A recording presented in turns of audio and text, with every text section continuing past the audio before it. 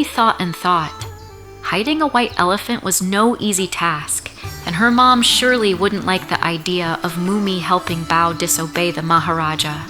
But Bao was right. He was her friend.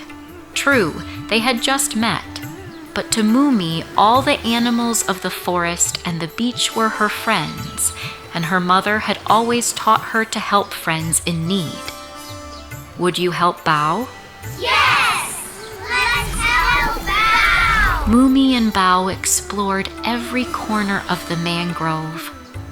First, Mumi tried hiding him in a cave where she used to take her afternoon naps, but Bao didn't fit. Then they tried the bushes, but Bao's trunk always stuck out. There was no way. Mumi sat on a rock thinking.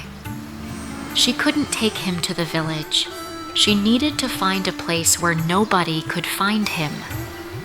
Suddenly, she raised a finger, as she always did when she had a good idea. I know what to do, but there's no time to explain. It's lunchtime already and Mama is waiting for me. Come on, Godspeed! Bao wagged his tail, thrilled to be on such an adventure with his new friend.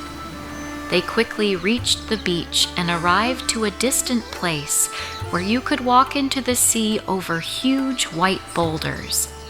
Mumi stepped back and looked at her friend among the stones. Ha! It's perfect! I found it! Mumi exclaimed, dancing with joy. She gently pushed a confused Bao, who still didn't know what she was planning, towards the rocks. Do you see an elephant here? No! We don't see anything! Mumi said goodbye to Bao. Perfect, Bao. From here, your big white back looks just like one of the rocks. You can stay without anyone discovering you. Tomorrow I'll come visit and we can play again. Thank you so much. The Maharaja told me that I'm different from the other elephants, so the animals in the forest won't like me, but you proved that isn't true. See you tomorrow, Mumi. May you dream of palaces and fresh coconuts, said Bao. The next morning, Mumi woke up before her mom. She quickly prepared breakfast and was already seated when Mama Cow got up. Mama Cow sat and spoke while eating. Mumi, you're up early today. Thanks for breakfast.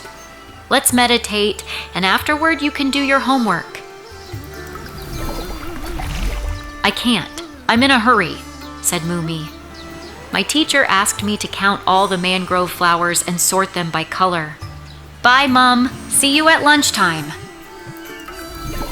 Mumi ran off, very disappointed for having to lie to her mom, but she couldn't tell her about her new friend and was eager to see how Bao had spent the night.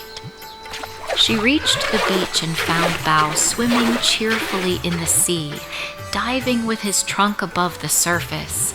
It was hilarious. Mumi jumped in to swim with her friend, and they were having such a good time that they didn't notice the amazing boat of the Maharaja approaching through the waves.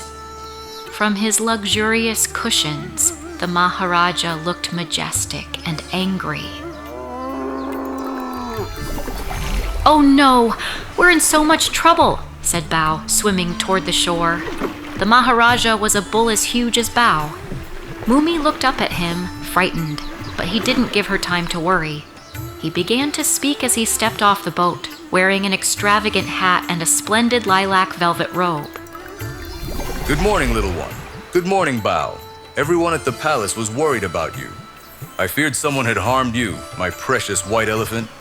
But when I saw you playing so happily with your friend, I realized I misjudged the village animals. Even though you're a very special elephant, different from all the others, friends value your intelligence, your playful spirit, and your big heart.